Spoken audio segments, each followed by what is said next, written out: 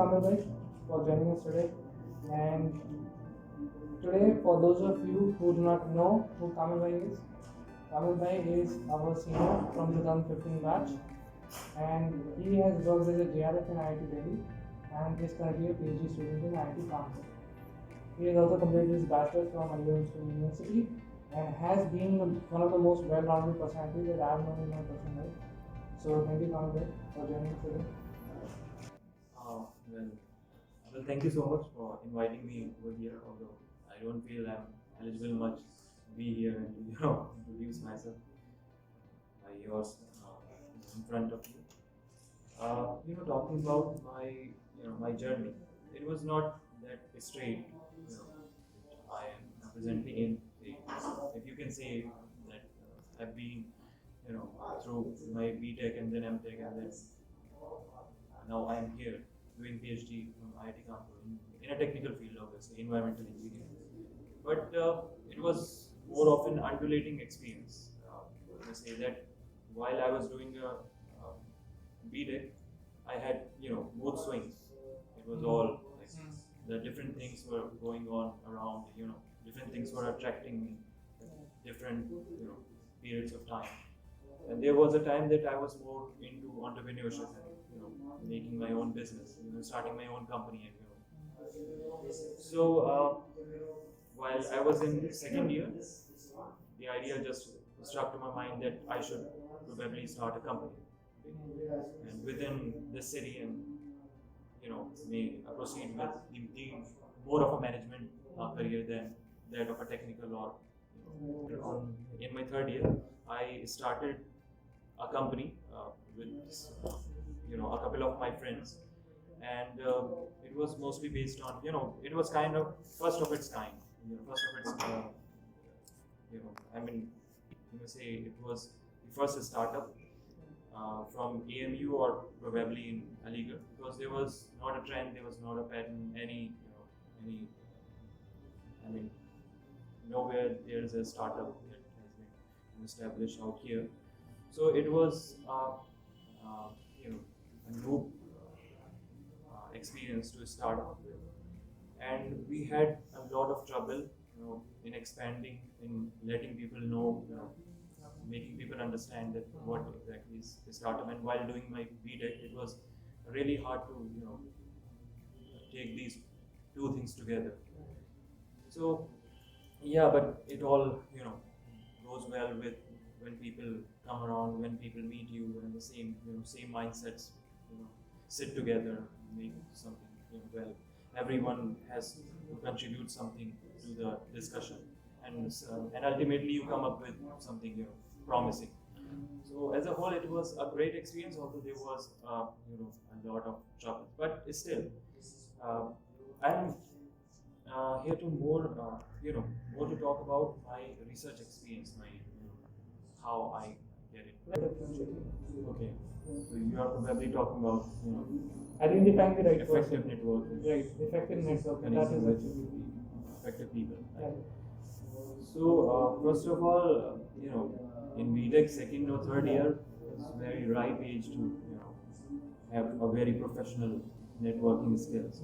Obviously, it was all of an experience. You will go through all the bad ones and the good ones too. But you have to pick the best people among all those. Maybe 100 people you would meet within a year or two.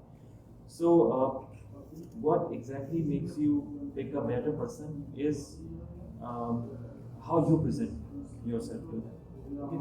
Because what you present to themselves makes them, connect few dots, makes them relate few things which they have, and now you are speaking in communication between the facilitators or the professors and the students who are seeking. That gap is a majority of the students think that it is harder to contact. It is harder to have a good communication between the professors, which you even don't know, and who are who belong to different institutes, major institutes. So in that condition, I would probably suggest you to just send an email, write an email. Well, with all the good format, you should send an email about what do you want and what do you have already. Like if you are in third year, you would probably say that I have secured this much CPI so far, and I have an interest into that field which you are working on. And probably before sending an email, it is always better to know more about the professor, say their works. Okay, so how would you know their works? So that's an easy way, because there are a lot of information on the internet, and there are different sites which gather all these professors and their profile. Say ResearchGate or Google Scholar, you may go through a number of research papers that they have published, and you can find a best paper out of them which interests you, right? So once a paper that comes out of their profile and which interests you, you should probably go through the paper, all right, and probably you should push yourself to find some kind of gap, all right, or probably if it is not a gap, obviously it's your right page, so it's not that obvious that you will find a gap that easily. So you should probably go to there's something which you don't understand at the time, for the time being, all right. So that is a Shoot them a question. one, yeah, definitely. I mean, if you are sending your first email, it is better to be specific and comprehensive. Better to be a short. Okay, just in one line, in two line, just introduce yourself, who you are, and what you are doing from where. Okay, and in the second line, just go through the objective. Okay, and what will be your objective? Just define. Like if you are interested in getting a GRF position in that under that professor, just write your interest without adding up some over adding the things. Okay, so obviously professors don't have that much time to read your all those stuff which you are going through. He's more interested in what interests them, all right. So you I mean, it is better to always go through the gap that the professor be feeling for the timing, and that quality which you have, all right. So they may have void filler, right? Well, when I was in in MTech in my first year, I had an interest to go into the fields of air pollution, say from specifically about me. So I had this interest, and I tried finding good professors around India, and if there's any the better maybe from IITs. So I was looking for a list of professors, and there's one professor at IIT Delhi who really interested me. So by the end of my first year, I actually opted for 2 month summer internship. So I wrote her an email and talked about all the things and this stuff, and my interest and my previous work as well. So obviously that was not very difficult to do, because the professors are real free to have you as summer intern if he or she is not giving you some stipend. Obviously. So you may ask him or her for summer internship without a stipend. Okay? That's one way. Okay, there is an official way as well, which goes through all the formalities. Yeah, exactly. Application processes are involved, but that the way that I got into that was easier. It was pretty easy. So once I was I was done with summer internship, I asked her to to work with her as part of my summer MTech dissertation work. So just she suggested me some research areas that I may work in. So that was a work for that was a coordination for a year. All right. So within a year, when I just completed my dissertation work, I I I emailed another professor, all right, about my work experience, and asked for the GRF position. The way of processing things, right? IIT students are more, they are good at processing. By processing, I mean like how they pursue a certain objective, right? So they have a very well, steps to pursue in order to achieve a particular goal, right? They are well experienced and well trained as well. And while talking about the AME students, I mean, AME students are more of a fun-loving and doing things in an alternating way. Right? So these are all the traits. All the AME students are more active than IIT students, which I see. Right? See, what I feel is, MTech students lack motivation, research motivation. Why? Because the facilitators are not very much into, to facilitate you with the, research gaps going on, to aware you with, the ways to pursue a research gap.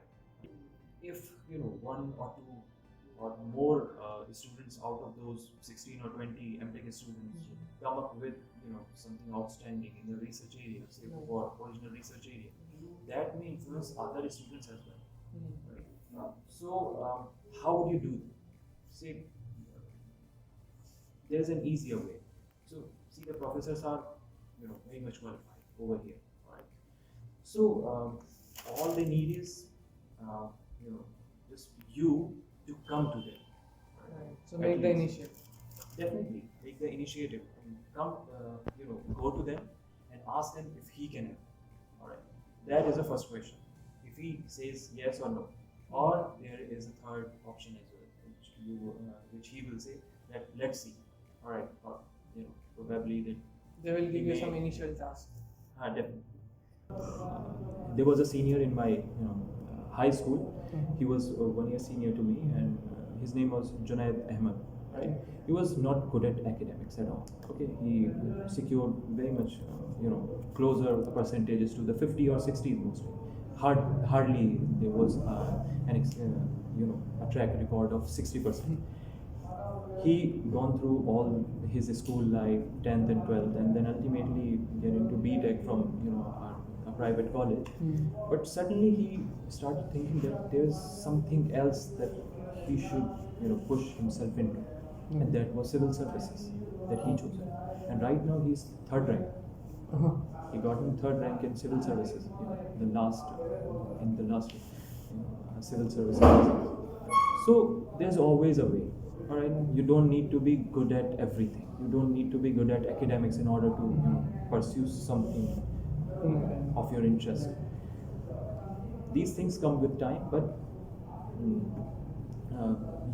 you must always push yourself into to get more and more information around, and then connect the dots, connect your conscience, your subconscious things, and you get something probably effective. Yeah. That is a very good question, because people spend most of the time on Facebook or Instagram, because there is a possibility to share most of a lot of things, alright, and then there is an audience to hear you all the time. But on the LinkedIn, mostly there is a professional requirement, and on LinkedIn, I guess people are really underestimating the use of LinkedIn these days, particularly Indians. Why? Because LinkedIn, an ideal LinkedIn profile is known to be the one which are having the experience, a lot of experience in different fields, and you must have an expertise in some area, so that you may become an influencer. So the overall, the very objective of LinkedIn these days are becoming to be an influencer, right? Then to spread knowledge about particular subject, and ways to reach up to your goal, right? So this must be things must be changed, right? For a student, I guess LinkedIn is a good social networking if you are opting for the fields which are mostly management. human resource. because I would say that 40 to 50% over the LinkedIn are related or somehow have logged on the LinkedIn because of human resources or to get a job, not to get a research position. But the time is changing and the people are also asking for the research position, the professors as well. But I guess it is a must to have a LinkedIn ID for a student. Okay. Well, advising facilitators or professors, I don't think I'm eligible enough to advise them. But definitely there is a scope of change, and that scope is to talk to each and every student. Correct. This is an essential for a Communication. Yeah. The second thing is the professor should also talk about the relevance of the topics each day, in each period. Even for the students, I would emphasize you or I would ask you personally to please reach to each and every professor, and the student must meet each and every teacher of your department and also the interdisciplinary department as well. That is one. Right? To go through their notice boards, which means say for example, for a civil engineer, the student should also visit the departments like pure science, alright, or like biotechnology, or like nanotechnology, because this would really fascinate these students to catch different things at once and make a original thing come out of their mind. Then comes the fun part, right? So a student should also, at least for once, involve him or herself into the fields of entrepreneurship. Gather your people around, gather your close friends, and plan a start. Anything. Thank you, bhai. Thank you for joining us. Inshallah, this would be very useful for people who are coming. Thank you for taking up the